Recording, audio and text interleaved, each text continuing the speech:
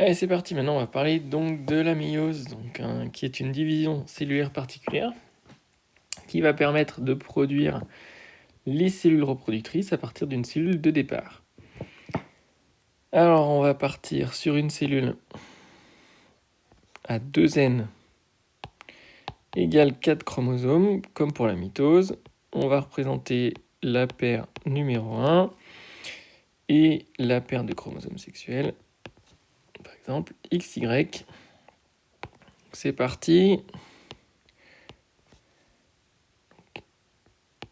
Je dessine les chromosomes de deux couleurs différentes puisqu'ils possèdent les mêmes gènes mais pas les mêmes allèles. Alors comme toute division cellulaire, elle est précédée par la copie de l'ADN.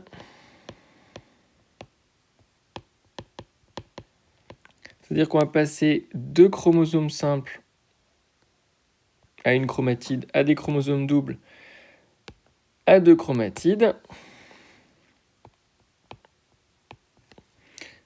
Je dessine les chromosomes, le 1, le X, le deuxième 1 de la paire numéro 1 et le petit Y. Donc une copie de l'ADN suivie de deux divisions cellulaires successives.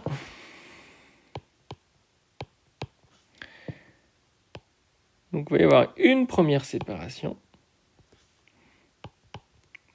puis une deuxième,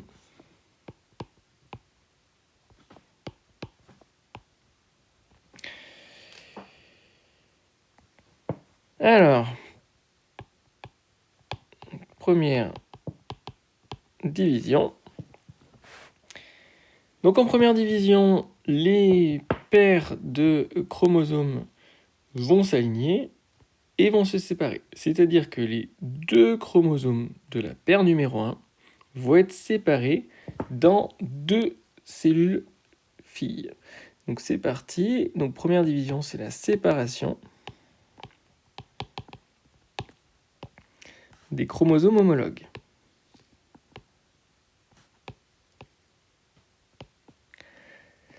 Séparation des chromosomes homologues.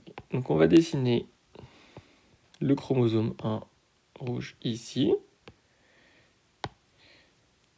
et le bleu en dessous. Et on va faire ça pour toutes les paires. Donc là, 2n égale 4, il y a deux paires. Donc on va prendre la paire XY. Donc X, on peut soit le mettre en haut, soit le mettre en bas. Donc c'est-à-dire qu'ici, il y a plusieurs types de méioses différentes. Donc par exemple, je choisis de représenter le Y en haut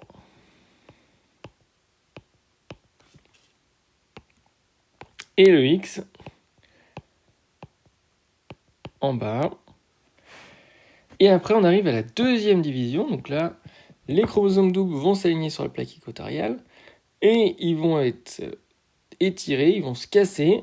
Donc les chromatides vont être séparées ensuite et on va retrouver donc une moitié de chaque côté. Donc le X, le 1, le 1, le Y, le Y, le 1 et le 1.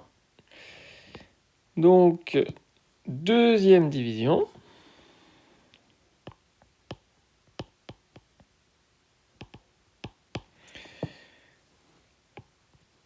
Donc la première division, on l'appelle aussi d'ailleurs la division réductionnelle. La deuxième division, la division équationnelle. Et là, on a une séparation des chromatides. Séparation des chromatides. Et du coup, j'ai plus de place. Alors je vais faire comme ceci. Donc qu'est-ce qu'on obtient ? on obtient 4 cellules haploïdes, puisqu'il n'y a qu'un seul représentant de chaque paire de chromosomes. Donc 4 cellules haploïdes qui sont différentes et qui sont donc des futures cellules reproductrices. Donc voilà pour le schéma de la méiose.